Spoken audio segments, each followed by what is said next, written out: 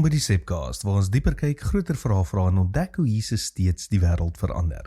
Kolossense 1 vers 15 tot 17 sê, hy is voor alle dinge en in hom hou alle dinge stand.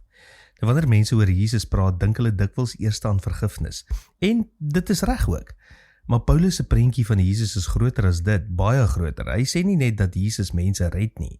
Hy sê dat alles deur hom geskep is en nog meer verstommend, alles hou in hom stand. Met ander woorde, Jesus is nie net die antwoord vir die volgende lewe nie, hy is die gom wat hierdie een bymekaar hou. God se werk bly dieselfde deur die Bybel. Hy bring lewe waar chaos probeer oorneem, nie deur brute mag nie, maar deur getroue teenwoordigheid. Ons dink dikwels God werk in dramatiese oomblikke, maar die grootste wonderwerke gebeur dikwels stadig. 'n Huwelik word nie herstel deur een groot gesprek nie, maar deur 100 klein dade van liefde.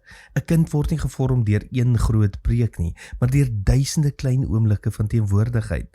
'n Gemeente verander nie deur een groot program nie, maar deur mense wat mekaar dra, vergewe en dien. Ons leef egter in 'n tyd wat chaos normaliseer. Verhoudings is weggooibaar, waarheid is vloeibaar, identiteit word iets wat jy self moet uitvind, en baie mense leef met die stille angs dat alles uiteindelik uitmekaar gaan val. Paulus sê iets anders.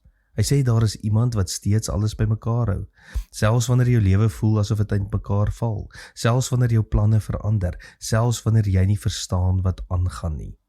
Die vraag is dis nie of chaos bestaan nie. Die vraag is, wie vertrou jy om orde te bring? Want Jesus het nooit beloof dat sy volgelinge storm sal vermy nie. Hy het beloof dat hulle hom daarin sal vind. En dalk is dit waarom die vroeë kerk so anders geleef het. Nie omdat hulle minder probleme gehad het nie, maar omdat hulle geglo het dat die koning reeds besig is om 'n nuwe skepping te bou. En dat elke daad van liefde, elke woord van waarheid, elke daad van vergifnis en elke eenvoudige daad van gehoorsaamheid deel word van daardie nuwe wêreld wat reeds deurbreek. Dit is hoe die nommer 1 netwerk vir jou lewe lyk.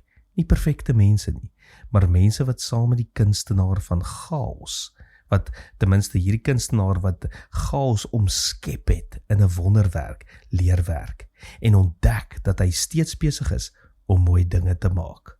Tot môre, mooi loop.